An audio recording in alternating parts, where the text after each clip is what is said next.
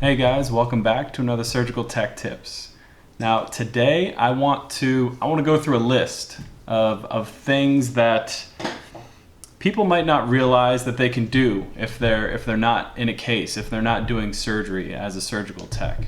This is going to be a list of kind of just like busy work things that you can do around the OR, but mainly it all has to do with helping out one another in the OR. So helping out like your fellow nurses or your fellow techs, and making sure the flow of surgery is good and quick and fast. It's an important role, especially if you are have a long time in between cases, or your case is going to start late.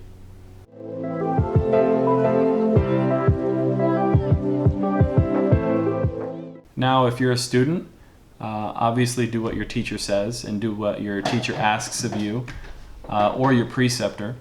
But if your teacher or preceptor isn't around and you're looking for something to do, definitely take heed to these tips.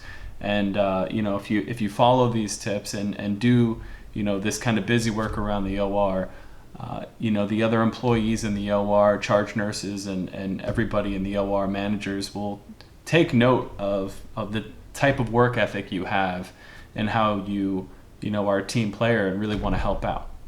So here we go. So the first tip is going to be about giving breaks. A lot of the times it's already assigned to you. If you have a late case, maybe your case doesn't start till 11 o'clock in the afternoon or something like that, you may have to give a couple 15-minute morning breaks to the people that have 7:30 cases that morning or 7 a.m. cases.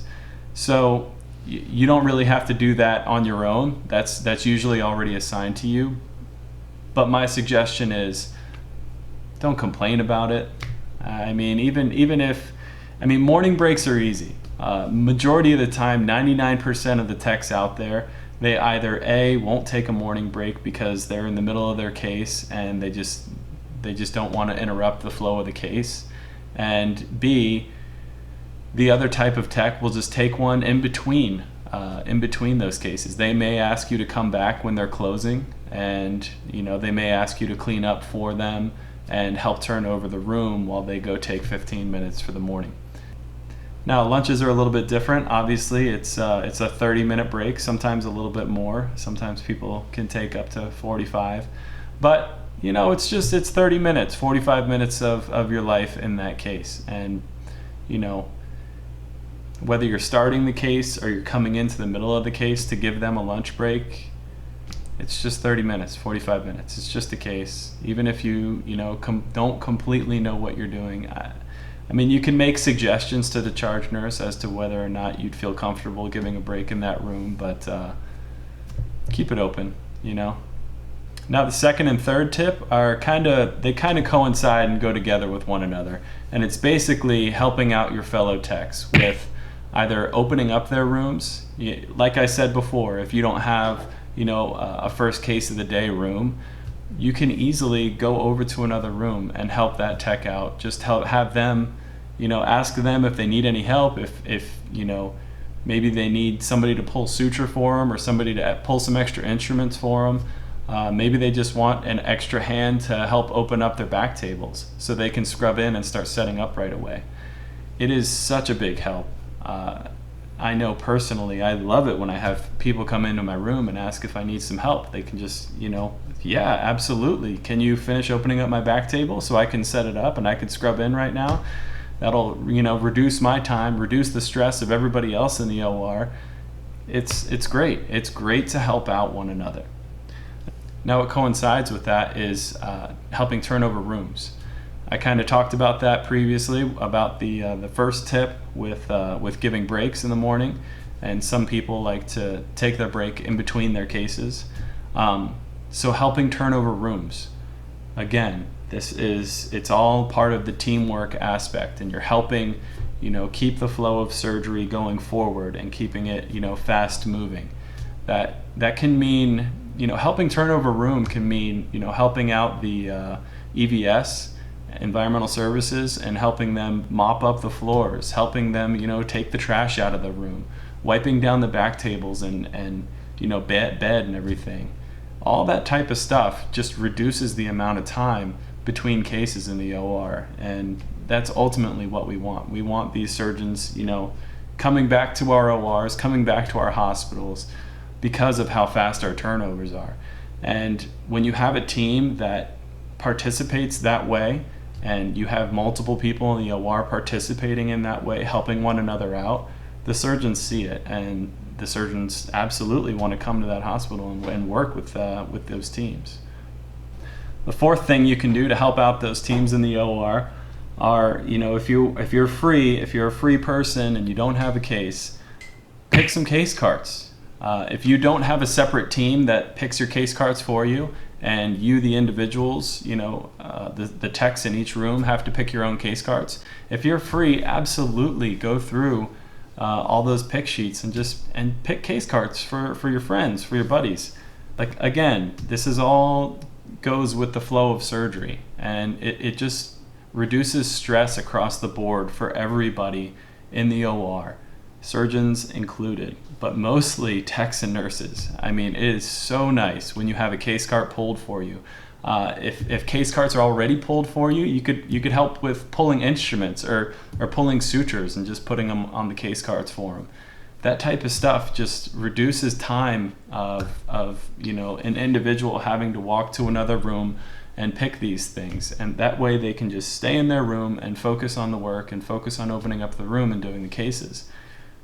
It's just so much nicer. Now, for the fifth tip of something you could do when you're not in a case would be restocking cabinets. Majority of the ORs and the OR rooms have cabinets on the walls. They may include positioning equipment or foam pads for positioning. It may include some, extra gowns or gloves, laps, Ratex, stuff like that, like high use items that may be located in those cabinets in those rooms. So just, go through any open rooms or free rooms that aren't being used. Just see if the cabinets need to be refilled. What goes along with that are restocking the warmers in the substerile rooms that all of those rooms use throughout the day.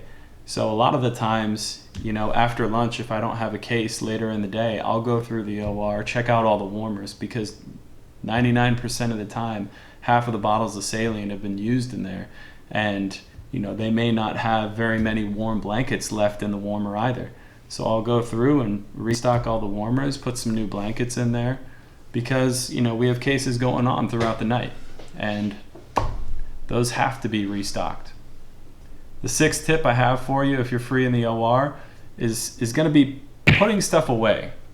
A lot of the times cases are just back to back to back to back to back, and if you're a tech in a room, you might not have enough time necessarily to put those extra instruments away right away, or put those extra supplies away right away after a case, because you may have back to back to back cases. You may have like 4 or 5 cases back to back, and you might not be able to put stuff away right away. So if you're a free person and you see those case carts out in the hallway, absolutely pick it up and take it back there and put it away. It helps everybody out, and it declutters the hallways, which is extremely important when we need that room in the hallway for patient beds and stuff like that. And it's not just supplies either, it's sutures. You have a lot of on hold type sutures when you're doing a case, a lot of what if sutures that you may have to pull for a case. And a lot of the times, all of those sutures are kind of thrown into one bin. And by the end of the day, this bin it can be full of sutures that need to be put back. So it's a good idea to kind of go into the suture room or wherever you have that, miscellaneous suture bin, and just kind of organize those sutures and put them away for everybody in the OR. The seventh thing I want to talk about, if you're free, is online modules and education. For my hospital personally, we use a program called HealthStream, and we have our own login information, and our nursing educator and hospital educator will assign us as individuals certain modules that we have to complete throughout the year. It could be, every year we have to do a code of conduct, HIPAA type modules every single year. But also it could be just a ton of different things. It could be, you know, fire drill type modules. It could be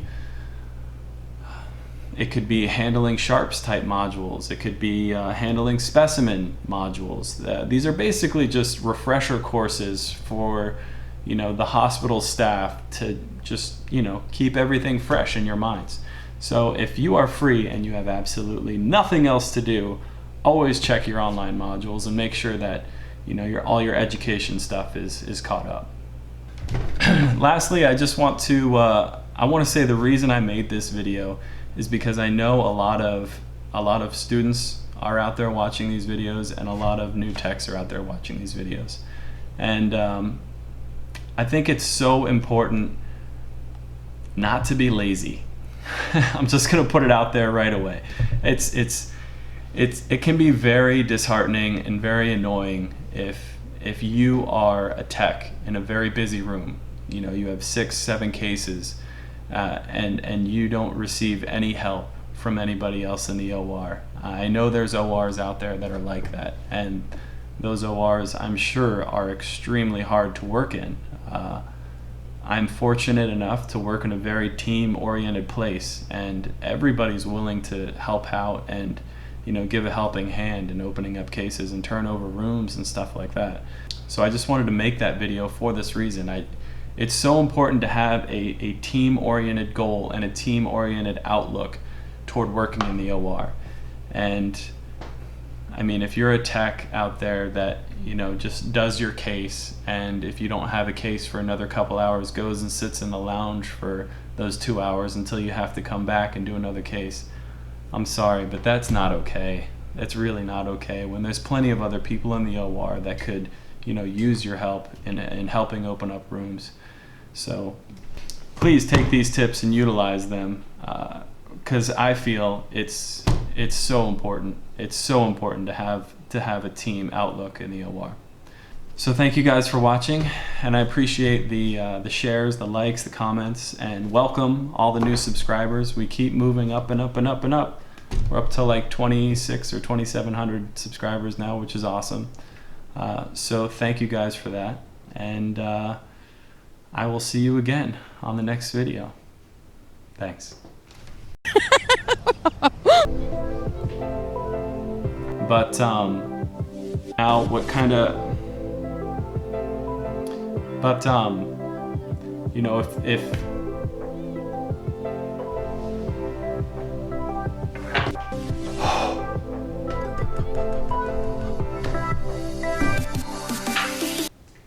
Hi Google.